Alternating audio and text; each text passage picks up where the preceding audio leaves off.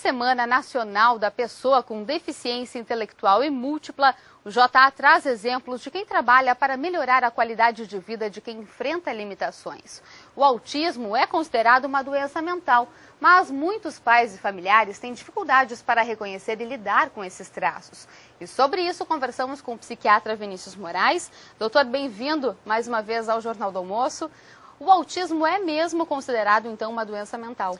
O autismo ele é um transtorno mental e ele está associado em 70% dos casos com retardo mental, né, que causa um desvio, um atraso do desenvolvimento da criança.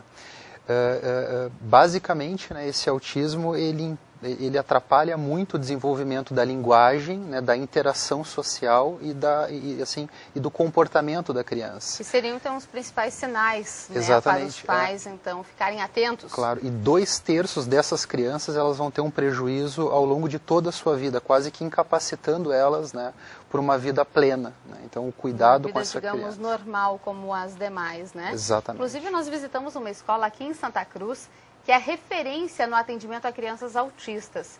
Vamos dar uma olhada?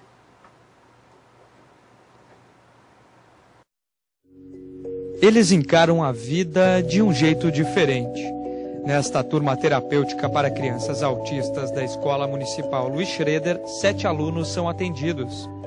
Desde 2007, os estudantes são estimulados a aprimorar fala e interação social. Porque trabalhar com educação especial não é uma coisa fácil de trabalhar, né? Exige tanto do profissional que está trabalhando com eles, atuando, quanto da escola, toda uma infraestrutura para isso, né? Mas ainda falta muito para que estas crianças possam se tornar totalmente autônomas. Essas crianças necessitam também de outros atendimentos, outros atendimentos clínicos. Eu acredito assim muito nessas crianças, Eu acredito, minha opinião, cada uma tem o seu potencial, e cada uma tem a sua habilidade. Umas vão conseguir estar em outra escola, outros as habilidades vão estar realmente na vida social, na vida cotidiana, mas o próprio convívio delas, e a questão do direito delas de estarem aqui na escola hoje, convivendo entre elas e com outros também, com toda a escola no todo, já é um ganho para elas, pessoal, tanto para elas como para a família. Aqui as dificuldades enfrentadas por eles são amenizadas com o apoio de profissionais capacitados. Agora este trabalho, que não é nada fácil, é recompensado quando a evolução e o progresso são conquistados. E o resultado fica evidente no rosto de cada um deles. Todos nós somos especiais, Todos nós temos particularidades, E quando se tem um filho assim, a gente tem que aceitar e tratar da melhor maneira possível. E eles vão trazer um retorno que talvez não é o que a gente espera, mas que é o que ele pode dar. Então tem que dar muito carinho, muito amor e ficar alegre com o progresso, O pequeno Eduardo é um destes exemplos de superação. A cada dia, seu quadro vem melhorando e, com as atividades desenvolvidas, sua motivação e alegria vem fazendo com que todo este trabalho possa continuar. Eu gosto de fazer tudo,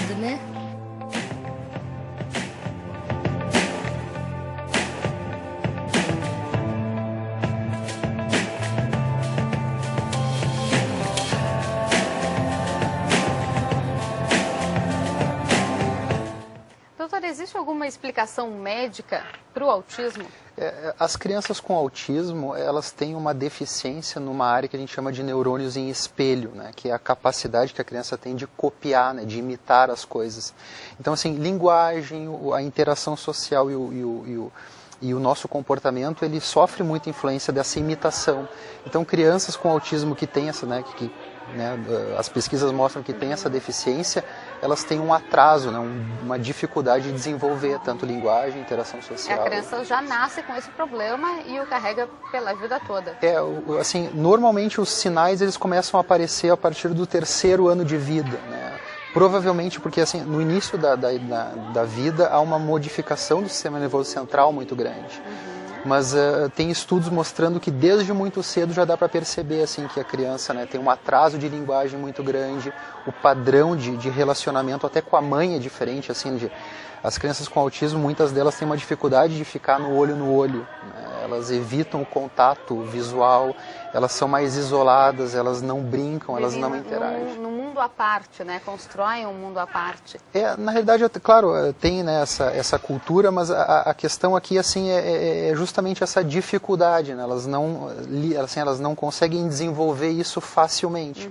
Por isso que o trabalho, né, individualizado, né, específico como é feito, né, na escola que nós vimos, por exemplo. Isso é fundamental, e quanto mais precoce, melhor é o resultado. Claro que esse resultado não é igual para todo mundo, né, e não há assim uma cura para o autismo. Né.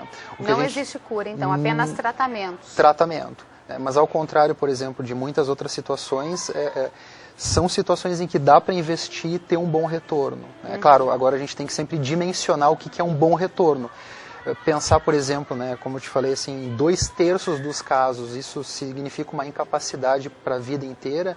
Não dá para querer que em todas as situações a criança tenha uma vida, né, normal. Claro, eu não gosto de usar muito esse termo, mas assim, uma vida usual. Né.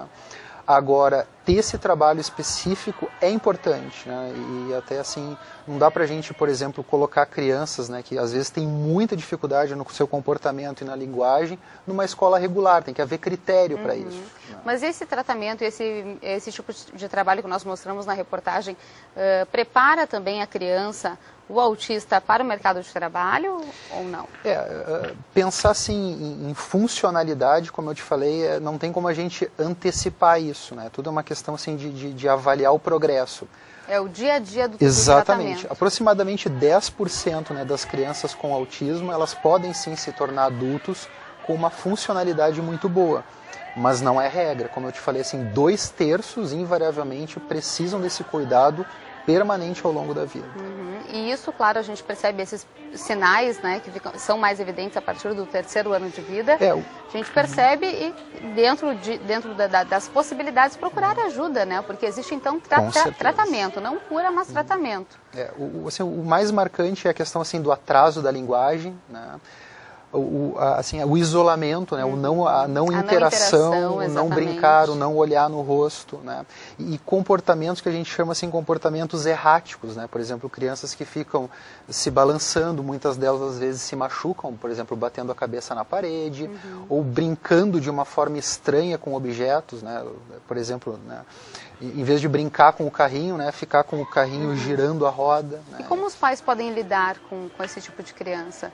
Eu vejo além, assim, claro, de procurar ajuda, né, mas em casa, no dia a dia. O mais importante é procurar esse tratamento, né, assim, esse auxílio específico. Né? Então, qualquer família, qualquer pai e mãe que percebe que o seu filho não está legal, pode se dirigir à unidade básica, pedir um encaminhamento para o CAPS de Infância e Adolescência aqui de Santa Cruz, que tem uma equipe, né, bem preparada, bem montada para dar suporte para essas situações, e a partir disso, né, estabelecer o tratamento e o suporte.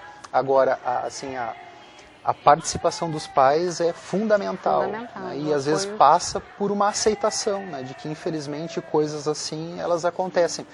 Felizmente pouco, uma criança a cada 1000 nascimentos desenvolve o autismo. Né? Então, felizmente não é algo tão frequente.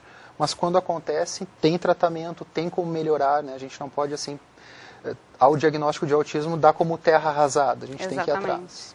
Tá certo, doutor. Vinícius Moraes, muito obrigada pela presença aqui no Jornal do Almoço mais uma vez. Eu que agradeço. E até a próxima. Obrigado.